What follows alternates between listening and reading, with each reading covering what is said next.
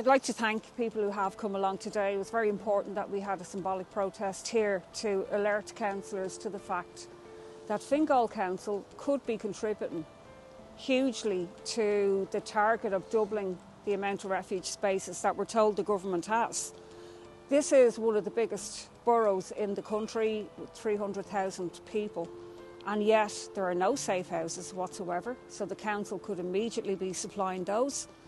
And there are 500, as has been said, turned away generally every year.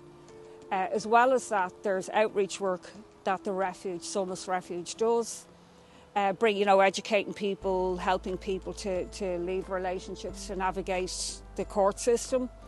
And we need all of these services expanded. So myself and Laura went to the Refuge, and I have to say I was absolutely shocked that after all the talk of zero tolerance, the horrific murder of Aisling Murphy, how they were going to take all of these actions, and they've actually done nothing. They told us of a decade of neglect that has continued in the Refuge, how we saw the apartments for ourselves. One had been dolled up for a visit by Helen McEntee and left like that.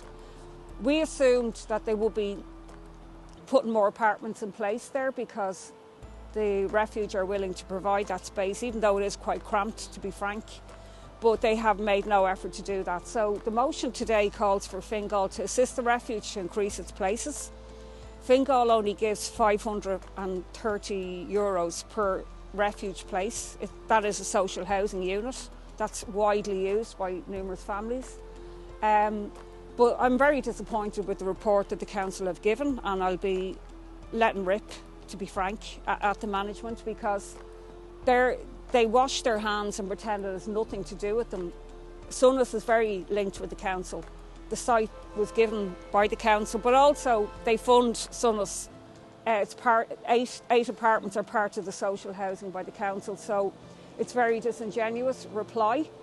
I would like to should mention the Mayor actually has taken an interest in this issue, and he has agreed he has a motion similar to mine, so that will help to get it heard tonight. So, I should definitely thank him for that, because it's such an important issue. This is a political issue. It should be made an issue in the election. Just finally to say, 4 women were murdered in Northern Ireland in 6 weeks, just, in recent times. We have one of the highest rates of femicide is in the north, one of the highest rates in Europe. So, and there's been marches in Derry on the issue of gender-based violence. It's a huge issue, and we need to let all of the political parties know that it's an important issue for us.